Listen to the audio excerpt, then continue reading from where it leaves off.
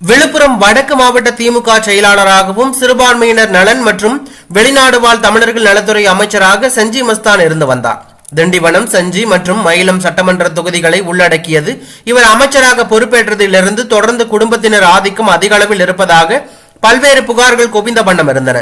இதனையடுத்து கடந்த ஆண்டு அமைச்சர் செஞ்சி மஸ்தானின் சகோதரர் நசீரை செஞ்சி நகர திமுக செயலாளர் பொறுப்பிலிருந்து நீக்கப்பட்டதை அடுத்து விழுப்புரம் வடக்கு மாவட்ட தகவல் தொழில்நுட்ப அணி ஒருங்கிணைப்பாளரும் அமைச்சரின் மகனுமான மொகத்தியர் அலி மஸ்தான் அந்த பொறுப்பிலிருந்து விடுவிக்கப்பட்டார்.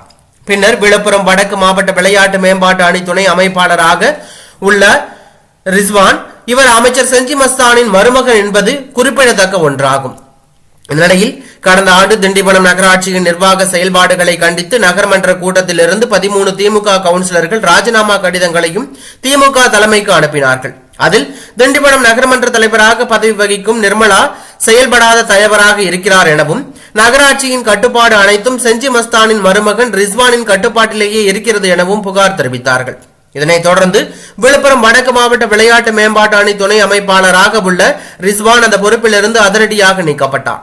இவர்கள் பதவி பறிப்புக்கு முக்கிய காரணம் பெரும்பாலான பொறுப்புகள் தன் குடும்ப உறுப்பினர்களுக்கே வழங்கியது எனவும், மரக்காணம் கள்ளச்சாராய விவகாரம் உள்ளிட்ட பல்வேறு காரணங்கள் உள்ளன.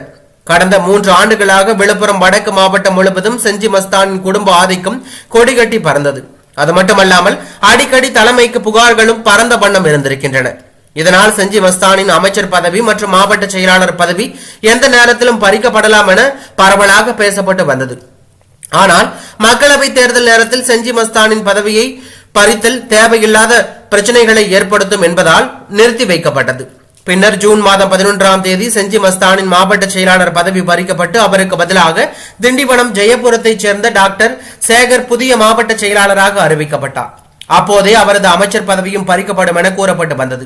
இந்நிலையில் செஞ்சி மஸ்தானின் மாவட்ட செயலாளர் பதவி பறிக்கப்பட்ட நிலையில் தற்போது அமைச்சர் பதவி பறிக்கப்பட்டுள்ளது.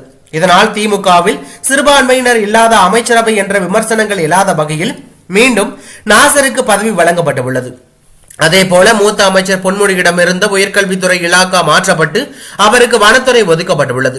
விழுப்புரம் மாவட்டத்தில் பொன்முடி மற்றும் செஞ்சி மஸ்தான் இருவரும் அமைச்சர்களாக இருந்து வந்தார்கள். இந்நிலையில் செஞ்சி மஸ்தானின் அமைச்சர் பதவி பறிக்கப்பட்ட நிலையில் மூத்த அமைச்சர் பொன்முடியின் இலாக்காவும் மாற்றப்பட்டுள்ளதாக தகவல் வெளியாகி பெரும் பரபரப்பை ஏற்படுத்தியுள்ளது.